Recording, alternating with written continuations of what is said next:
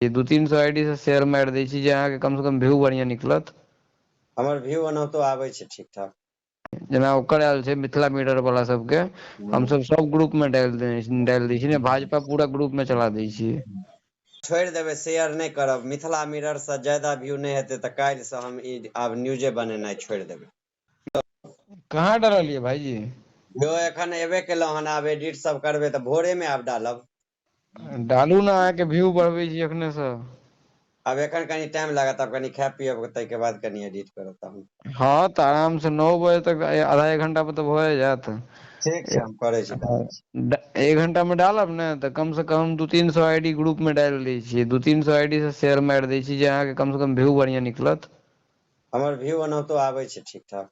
अहाँके देखलहुँ हेँ ज्यादा व्यू नहि आबि रहल ये, जेना ओकर आयल छै मिथिला मीटर वाला सबके हम सब ग्रुप में डालि दै छी ने, भाजपा पूरा ग्रुप में चला दै छियै।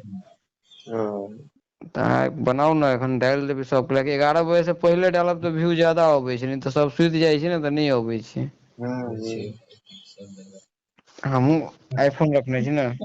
जी तऽ हम डालि दै छियै।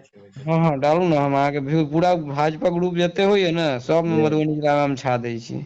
अहाँ छोड़ि देबै, शेयर नहि करब। मिथिला मिरर से ज्यादा व्यू नहि हेतै तऽ काल्हि से हम आब न्यूजे बनेनाइ छोड़ि देबै। नहि लाज नहि। लागि गेल अहाँ एहन बात कहलहुँ। अच्छा यदि अच्छा। एहि वीडियो में हम जे बना के एलियै मिथिला मिरर से कम व्यू एले बिना शेयर के, तऽ हम न्यूज बनेनाइ छोड़ि देबै। नहि नहि भाईजी, अहाँ एतबे करलियै बहुत भऽ गेलै। मजाक। हाँ डालू डालू। आब हम अपना अनुसार डालै छियै, देखियौ व्यू कते आबै छै। ठीक ठीक ठीक।